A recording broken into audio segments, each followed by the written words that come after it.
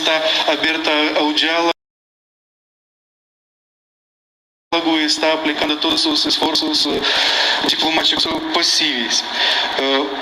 Ontem, o Comitê do Ministro do Conselho da Europa adotou resolução e suspendeu os direitos da delegação da Ucrânia.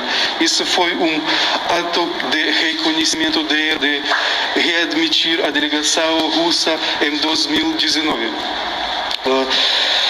Também ontem a Rússia vetou a resolução do Conselho de Segurança da ONU sobre que estava exigindo a retirada das tropas russas da Ucrânia.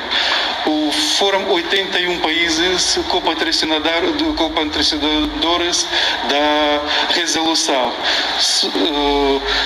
11 dos 15 membros do Conselho da Segurança apoiaram, só se abstiveram Índia, China e Emirados Árabes Unidos.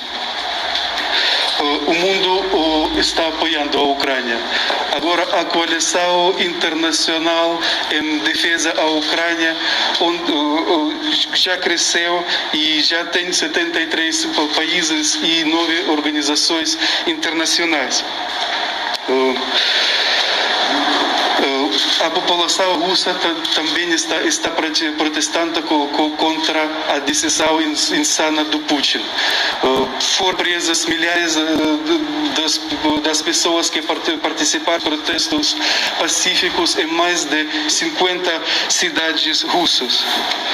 A Ucrânia está pedindo da comunidade internacional a solidariedade. Nós estamos pedindo que levantar as sanções, isolar a Rússia nos fóruns internacionais e apoiar a Ucrânia com armas, equipamentos de proteção, combustíveis.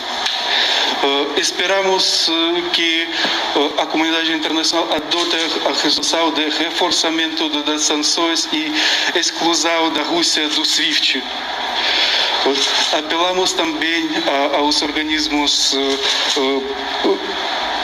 internacionais para que prestem ajuda humanitária para a Ucrânia.